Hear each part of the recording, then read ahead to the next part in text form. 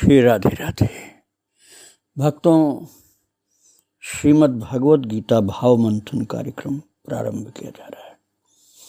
कल आपने श्रवण किया था अध्याय 2 के 55वें श्लोक को, जिसमें प्रभु ने स्थित प्रज्ञ की क्या परिभाषा है उसका उत्तर दिया था और कहा था जब कोई अपने मनोगत अनुसारी कामनाओं को त्याग देता है तो वही स्थित प्रज्ञ कहलाता है। अर्थात परिभाषा प्रभु ने बताई थी। अब आगे अर्जुन के प्रश्नों का उत्तर ठाकुर जी देते हैं 56वां 57वां श्लोक में। पहले हम उसका पाठ करते हैं।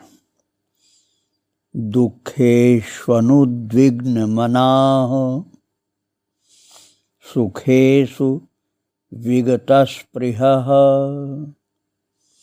वीतराग भयक्रोधः स्थितधीर्मुनिरुच्यते।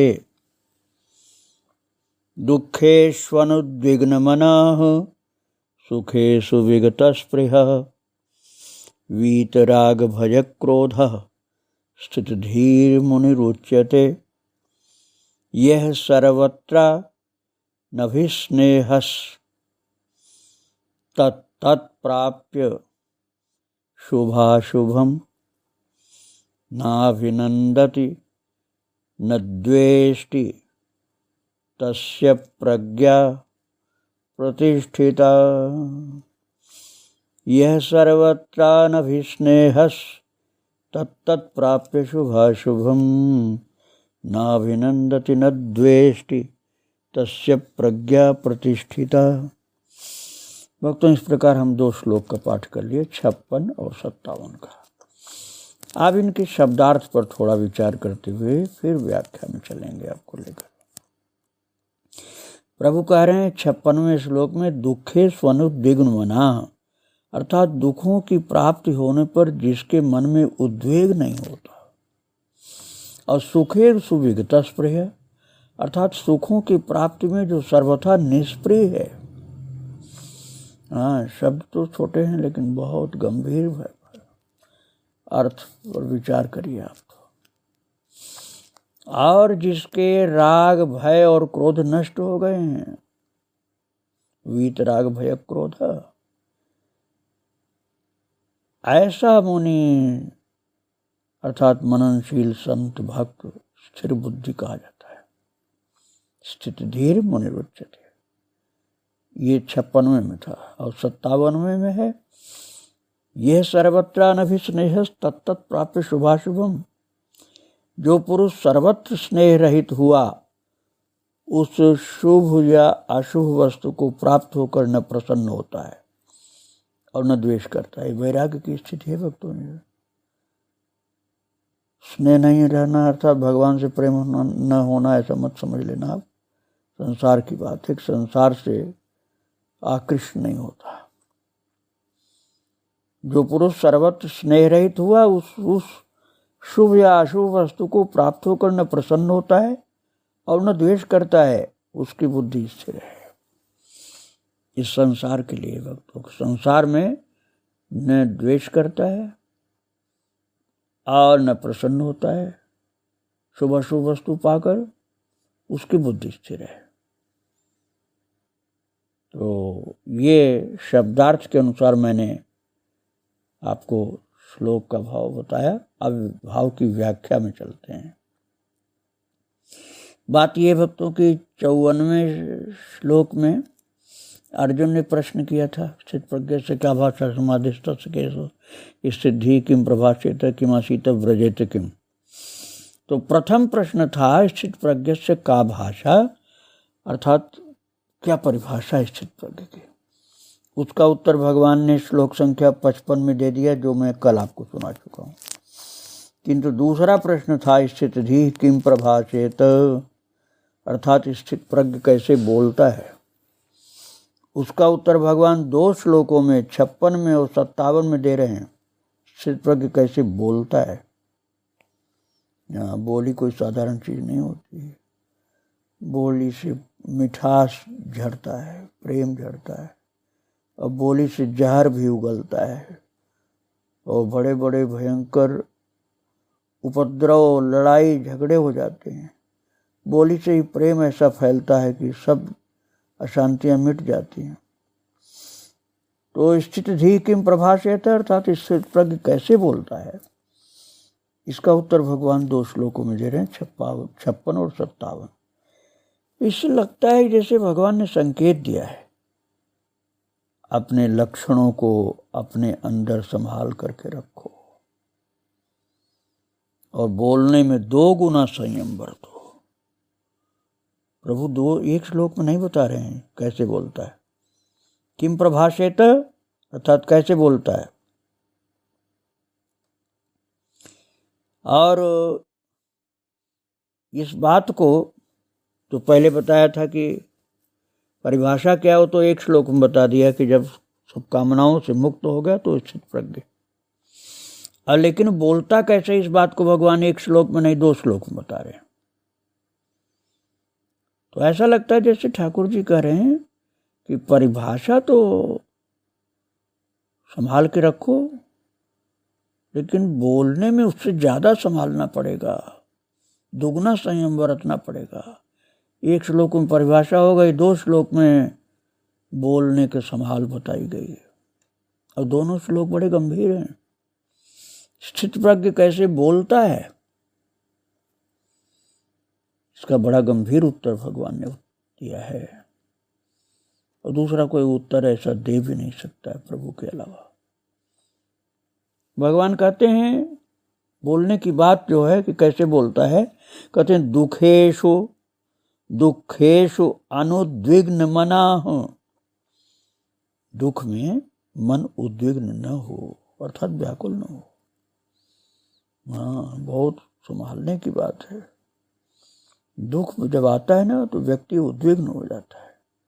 भगवान कहते हैं दुख में भी उद्विग्न न हो, अर्थात मन व्याकुल न हो। अनुद्विग्न मनाः, दुख में भी उद्विग्न न हो, मन व्याकुल न हो। दुख कई प्रकार के होते हैं भाई, शारीरिक, वाचिक, मानसिक और दैहिक, दैविक, भौतिक। भगवान के लिए कहा गया ना उत्तरकांड में, मानस में, दैहिक दैविक भौतिक तापा, राम राज नहीं काहुं व्यापा। राम जी के राज्य में आदि दैविक, आदि भौतिक और आदि दैहिक, आदि दैविक, आदि भौतिक, दैहिक दैविक भौतिक, ये ताप अर्थात दुख होते ही नहीं थे। जब मनुष्य दुखी होता है तो प्राय दूर जाता है मन से, वो दूर ही नहीं जाता, टूट भी जाता है, परेशान हो जाता है। मन से परेशान होने पर चिंतन बदल जाता है, भाषा बदल जाती है, उल्टा सीधा बोलता है, झुंझलाहट होती है, दशा दयनीय हो जाती है। इसलिए भगवान कहते हैं दुखेष्वनुद्विग्न मनाः, अर्थात चाहे जितना किसी प्रकार का दुख आया हो, स्थित प्रज्ञ एकदम शांत रहता है, उसका मन उद्विग्न नहीं होता। उसके भाषा, भाव, विचार दुख के पूर्व की अवस्था में रहते हैं। जब दुखी जीवन नहीं था तब जैसे था सामान्य शांत, वैसा ही अब भी बना रहता है। ऐसे व्यक्ति का बोलना ही स्थित प्रज्ञ का बोलना है। अर्थात दुख में जो बिल्कुल भी मन में परेशान नहीं होता, कुछ भी थोड़ा सा भी, उसकी बोली स्थित प्रज्ञ की बोली होती है। और हम सदा दूसरे को देखते हैं कि भाई उनके ऊपर परेशानी है तो ये ऐसा बोल रहे हैं, अपने को नहीं देख पाते कि जब हमारे ऊपर परेशानी होती तो हम कैसा बोलते। तो परेशानी से झुंझलाए व्यक्ति को देखने वाले समझते हैं कि वो मूर्ख है और अपने को ज्ञानी मान लेते हैं। परेशानी में झुंझलाने वाले जब दुखी आदमी दिखलाई पड़ते हैं तो उसको बुद्धू समझते हैं लोग। अपने को चतुर समझते, समझदार समझते। अपने ऊपर परेशानी जब आवे तो कैसा आचरण होगा, कैसे हम होंगे, अधिकतर उसी पहले जो देखे उनके जैसे हो जाते हैं। हम उस समय व्याकुल, परेशान, अनुद्विग्न न हो, उद्विग्न न हो, अनुद्विग्न बने रहें। स्थित प्रज्ञ को देख सुनकर कोई नहीं समझ सकता कि उस पर कितनी परेशानी, कितना दुख है। साधारण व्यक्ति की बात नहीं है भक्तों ने। तो ये बात पहले प्रभु ने कह दिया कि दुख में अनुद्विग्न मन होता है, वो उद्विग्न नहीं होता। और फिर दूसरी बात कहते हैं सुखे सुवेगता स्पृहा। स्थित प्रज्ञ जानता है कि उसका सुख प्रारब्ध के कारण मिला है। जो उसके जीवन में सुख मिले हैं उसकी अपनी कोई विशेषता नहीं है। बस यही पागलपन सामान्य लोग करते हैं, दुखी अपने को सुखी देखकर एकदम फूल के कुप्पा होकर चलते हैं ऐंठकर कि मेरे जैसा कोई आदमी नहीं।